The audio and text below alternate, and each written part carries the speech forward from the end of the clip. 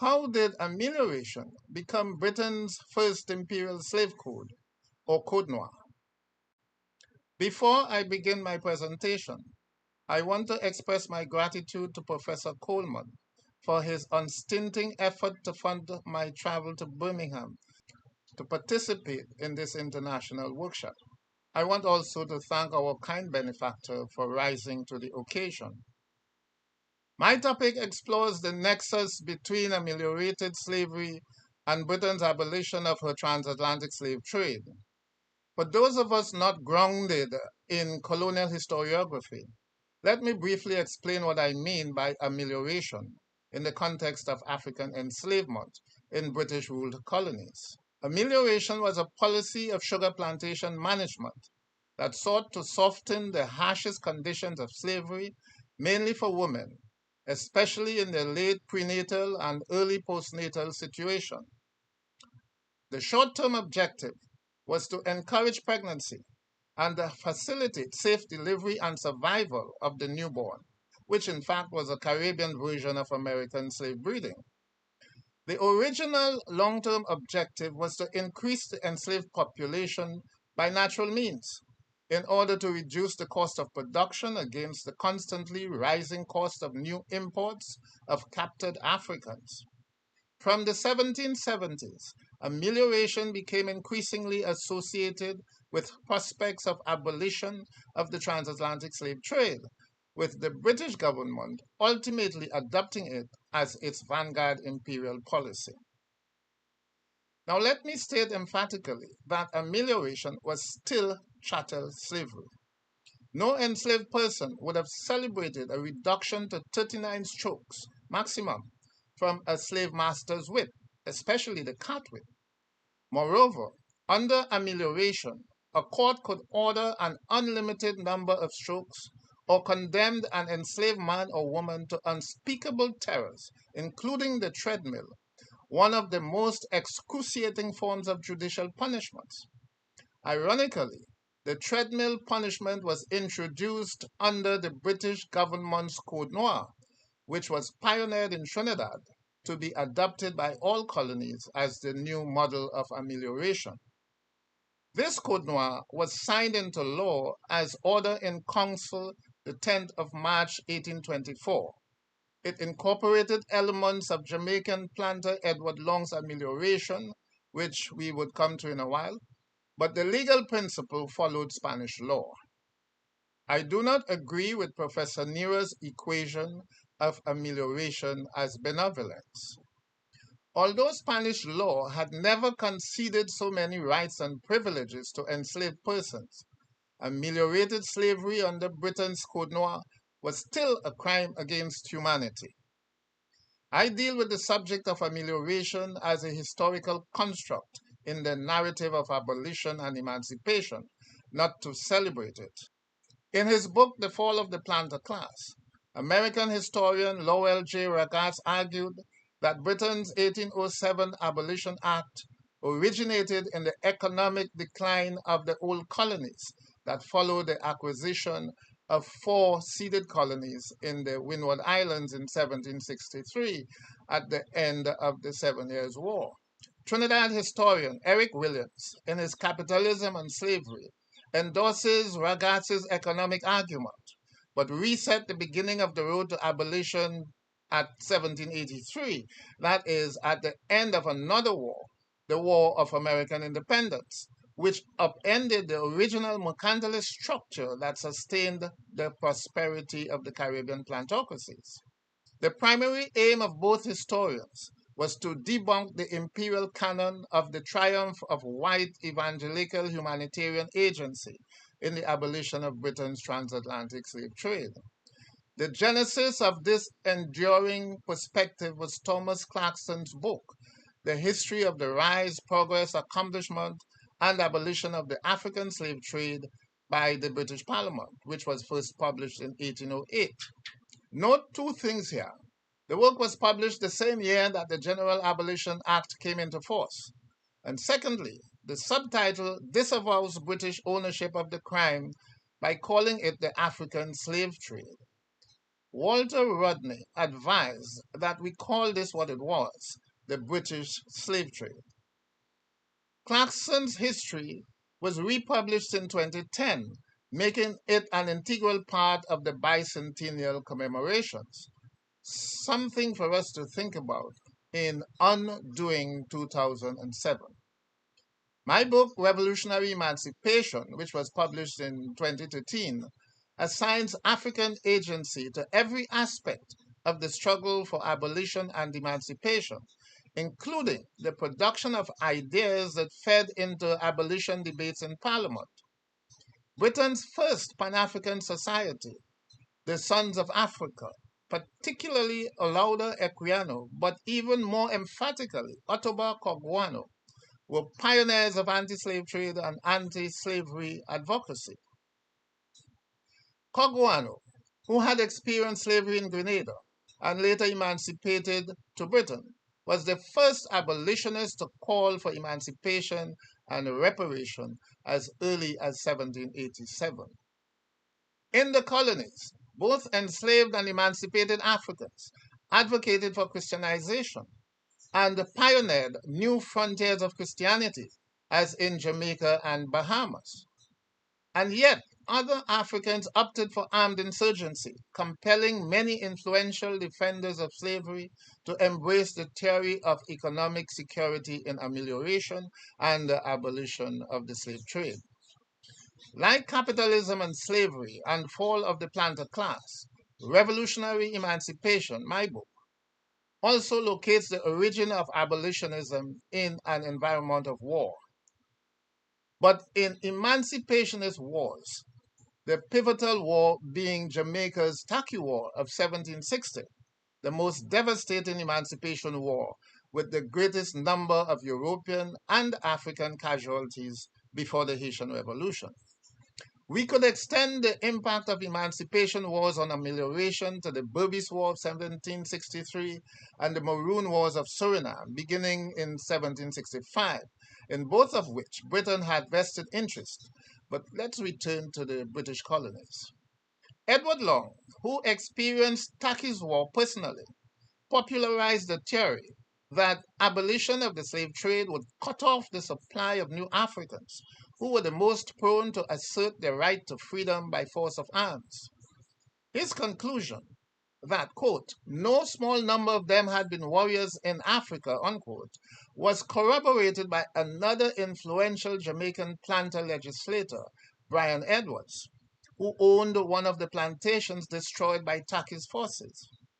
Equiano, the emancipated Igbo scholar, also affirmed that in Igboland, even women and small boys were taught the arts of war, and the all-female standing army in Dahomey is well known to history.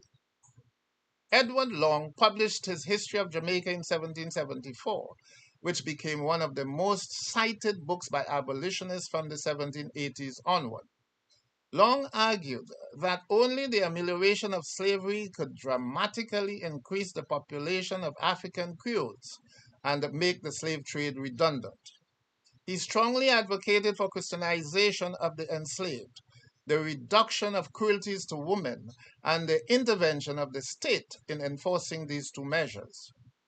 A few Jamaican planters had begun to experiment with amelioration before 1760, but Edward Long injected two new principles: that amelioration must be enforced by government, and that the success of amelioration would reduce dependency on the slave trade.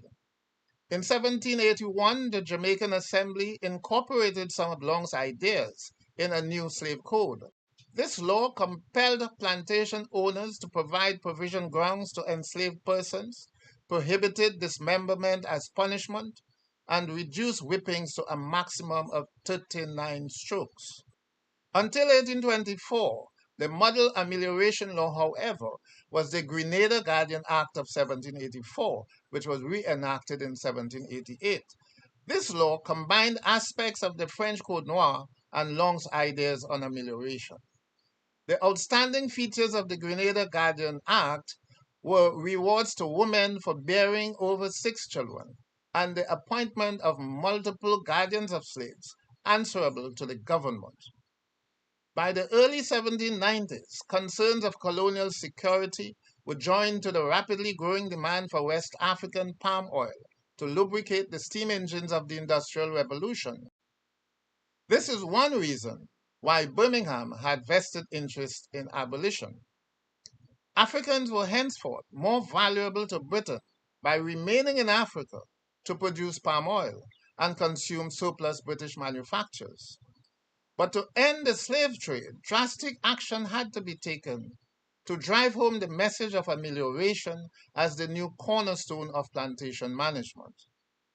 The force majeure came from the crushing defeat of the British Army in Haiti at the hands of Toussaint Louverture in 1797. Within months, the British government mandated colonial governors to implement immediately new amelioration laws for improving fecundity, infant survival, rewarding women for bearing over 5 or 6 children, and enforcing Christianization among the enslaved. These amelioration measures were integral to Parliament's West Indian Party's position on gradual abolition of the slave trade. Jean-Jacques Dessalines' complete destruction of Napoleon's army in 1803 panicked many British policy influencers into demanding amelioration and immediate abolition. Britain's mainstream churches also intertwined amelioration with abolition. To give just one example, as Bishop of London, Bill B. Porteous had administrative oversight over the colonies.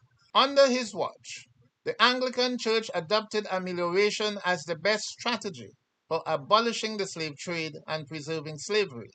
In 1794, Porteous launched a new overseas missionary society, the Society for the Conversion and Religious Instruction and Education of the Negro Slaves in the British West Indian Islands.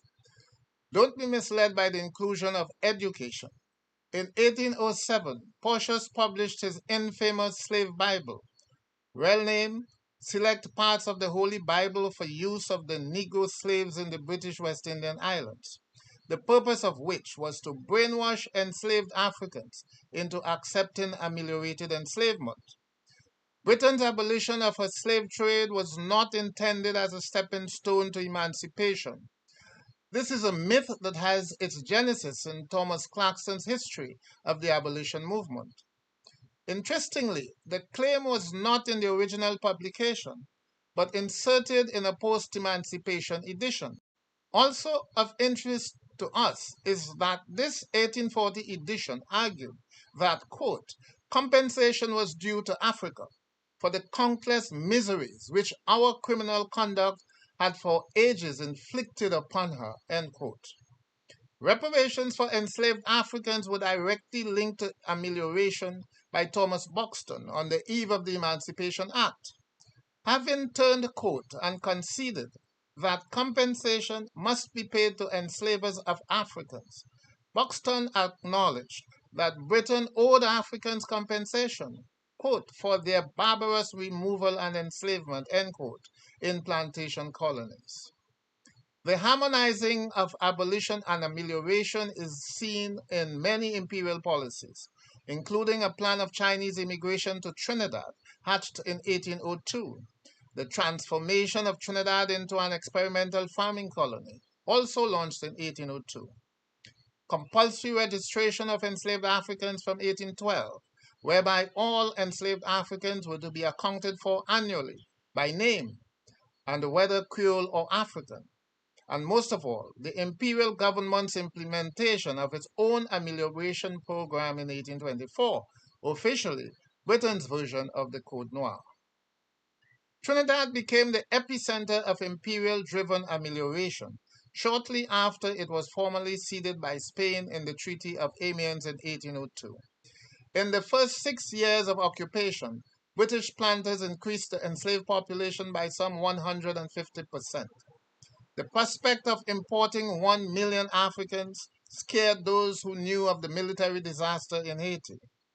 Fear of Haitian-style revolutionary emancipation was everywhere in the Americas. One of Britain's immediate responses was the abolition of the slave trade to Trinidad and 5 other ceded colonies in 1806. As I said earlier, Britain's slave trade, or Code Noir, of 1824 was unique in challenging the boundaries of slavery. It abolished the use of the whip in the fields and the flogging of females.